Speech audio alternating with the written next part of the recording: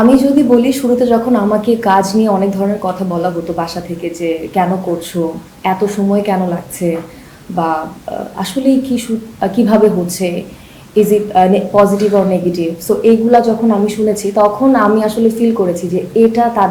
তাদের সাথে পরিচয় করাতে হবে জায়গাটাকে। সো সেটার জন্য আমি যখন ছুটে যেতাম আমি তাদেরকে ফ্যামিলির যে কোনো একজনকে সাথে নিয়ে যেতাম, সেটা ভাই হোক বা মা হোক।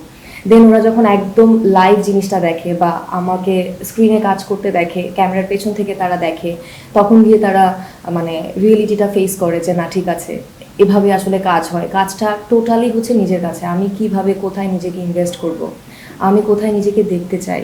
আমি কোথায় নিজেকে দাঁড় করাতে চাই। যখন এইটা আমি তাদেরকে আশ্বাস দিতে পেরেছি এবং তারা বিলিভ করেছে যে আমি আসলে নেগেটিভভাবে বা এই জায়গাটা আসলেই নেগেটিভ না, এটা পার্সন টু পার্সন ভ্যারি করে অর চেঞ্জ হয়ে যায়, সো ওই জায়গা থেকে তখন কি আর কোনো প্রবলেম হয়নি আমার।